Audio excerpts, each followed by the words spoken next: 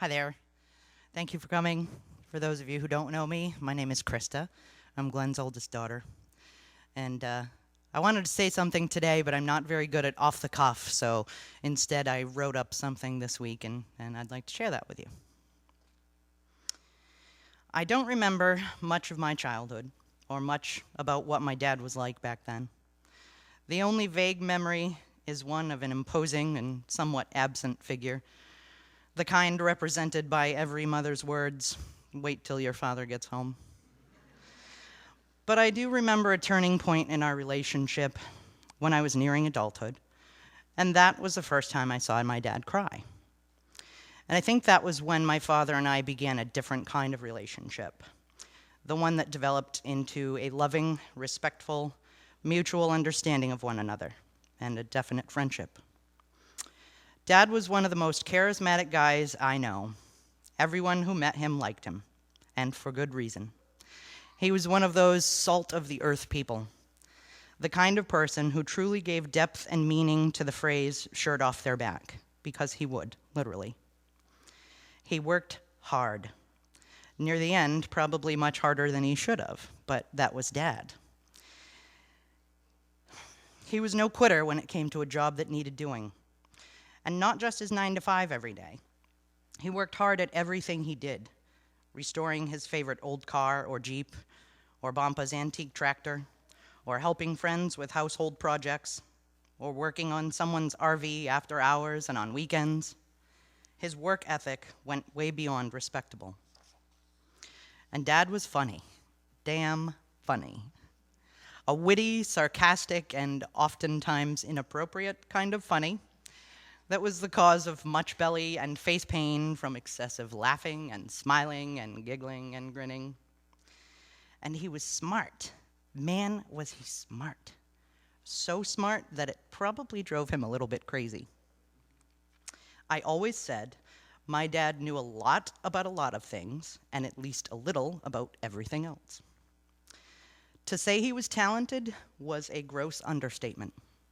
That man could play the bass guitar and sing like crazy. I always idolized him for that, and so did many of my teenage girlfriends.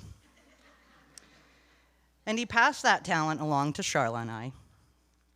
I may be biased, but I'm also a musical snob and harsh critic, much like my dad, and he was one of the most talented musicians I've ever known.